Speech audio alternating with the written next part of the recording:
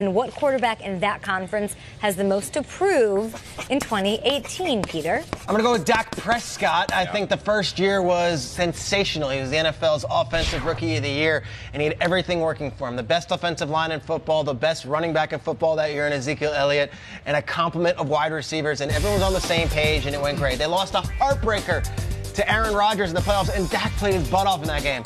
Last year, things didn't go right. Things hit the fan, if you want to say it that way. And then truly, Dak did not play terrible, but he wasn't able to elevate that team into a playoff contender. So I would say this, Dak Prescott, year 3, all eyes on you. Are you the guy that there were 7 different quarterbacks taken before you because those 7 different quarterbacks were viewed better than you? Or are you the guy that won the NFL Offensive Rookie of the Year 2 years ago and can throw the America's team on your shoulder and on your arm? Very interesting. His contract's coming up, too. In a couple of years, they're going to be talking contract. A lot of eyes on Dak Prescott. And I was in Dallas for the draft with you guys and talked to some Cowboys fans. Not all Cowboys fans are all in on Dak Prescott. A lot of Cowboys fans are like, well, we'll see. Let's see if Dak is the year 1 or year 2 guy. I'm curious to see. And a lot of pressure's on him because that team in that market, there may be no bigger fan base in America. No Dez, no Witten, pressure's on. Huge. I got to go with the very first player in NFL history to get a guaranteed contract, Kirk Cousins. When I think about it, you think about all the great players that come through our league, and you think Kirk Cousins is the first player to get this guaranteed contract. There's no shade and no offense to Kirk Cousins, but there are a lot of other great players in this league that would have loved to have that contract.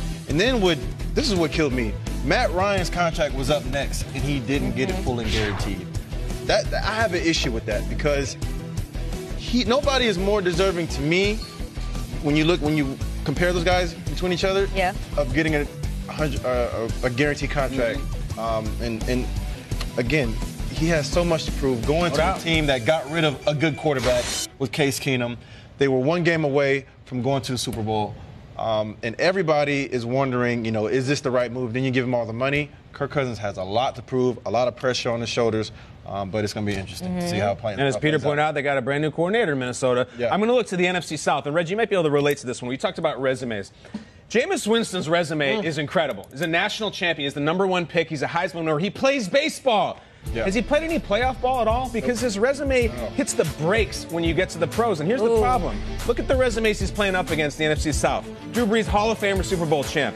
Matt Ryan, NFC champ, MVP. Cam Newton, NFC champ, MVP. Jameis has none of that. And I'm not even making a joke. You're right. I'm not making a joke. The most memorable image of Jameis last season was him eating that W in the pregame. Licking the fingers. That became the joke of the season. If I could forget one thing from last season, that's it. Okay, he probably feels the same way. And for the Bucs, there was a lot. So Jameis, I refer to them as there's certain divisions that have the 3 teams you talk about, and then the 4th, it doesn't even matter.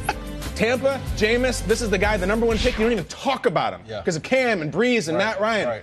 Lots of proof. I mean, this is like, isn't this the put up or shut up year for Jameis? Absolutely. Let's go, dude. Enough of this. No reality shows off the field, on the field. Like, you better keep up with the Jones NFC South because you'll get embarrassed in that division. I mean, you'll go 6-10 like that, like the snap of a fingers. So Jameis has a ton to prove. They got him the receiver. They got him the defense. They drafted the tight end last year. What else do you need, dude? Running back. They drafted him a running back. So this is everything for Jameis. Put up or shut up. How about Sam Bradford, #1 overall pick in 2010, hasn't stayed healthy, has never been in a playoff game. This is your year. You have David Johnson coming back with fresh legs, and you have Larry Fitzgerald, a Hall of Famer. This is the year to get it done. Also, Eli Manning. Does he have something to prove? No, he has 2 Super Bowl rings, but you can argue that this is the best complement of weapons that he's had around him in his career. They add Nate Solder. They have the offensive line.